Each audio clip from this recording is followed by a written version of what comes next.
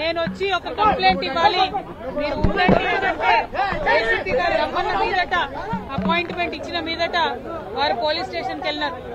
ఒక శాసనసభ్యులు అపాయింట్మెంట్ తీసుకొని వచ్చినప్పుడు యాజ్ పర్ ప్రోటోకాల్ ఏసీపీ గారు ఉండి మరి కంప్లైంట్ తీసుకుని ఉంటే బాగుండేది. అక్కడ దాకా పోయినాక ఏసీపీ గారు లేరు, ఎస్ఐ గారు ఉన్నారు, తీసుకోండి కంప్లైంట్ అని చెప్పారు. అక్కడికి వెళ్లి కంప్లైంట్ ఇచ్చినటువంటి సందర్భంలో సిఐ గారు కూడా కంప్లీట్ గా నేను తీసుకోను మీ కంప్లైంట్ అని చెప్పి రిజెక్ట్ చేసినటువంటి సందర్భాన్ని మనమందరం కూడా చూడడం జరిగింది.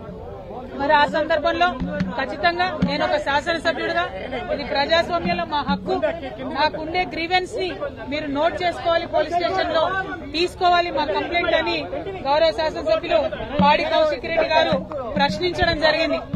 ఇవాళ కంప్లైంట్ తీసుకున్నటువంటి పోలీస్ అధికారులదేమో తప్పులేదు, కంప్లైంట్ తీసుకోవద్దు అని పోలీసులకు చెప్పినటువంటి ప్రభుత్వాన్ని తప్పులేదు.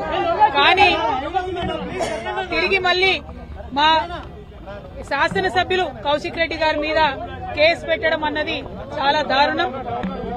అది కూడా సెక్షన్లు పొద్దున్నుండి ఇప్పుడొకటి రేపొకటి అన్నట్టు అర్ధగంటకు ఒక సెక్షన్ మార్చుకుంటూ పొద్దున్న 10కి అరెస్ట్ చేసిన కౌశిక్ రెడ్డి గారిని ఇప్పటి వరకు కూడా రిమాండ్కి తీసుకెళ్లకపోవడం అన్నది డెఫినెట్ గా అన్యాయం.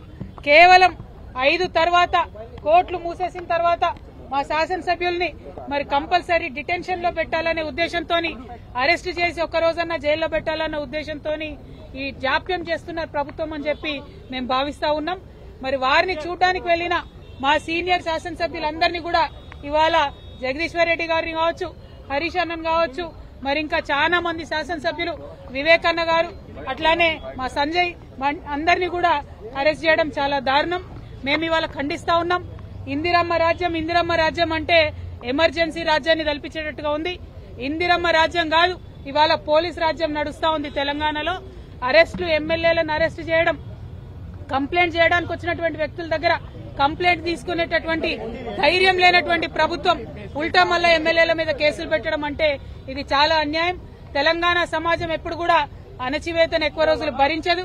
మీరు ఇట్లానే మా గొంతు నొక్కాలని ప్రయత్నం చేస్తే ప్రజలు తిరగబడే రోజు వస్తుందని చెప్పి ఈ ప్రభుత్వాన్ని హెచ్చరిక చేస్తూ పాడి కౌశిక్ రెడ్డి గారి పైన పెడుతున్నటువంటి అనవసరపు కేసులు, అక్రమ కేసుల్ని వెనక్కి తీసుకోవాలని డిమాండ్ చేస్తా ఉన్నాం.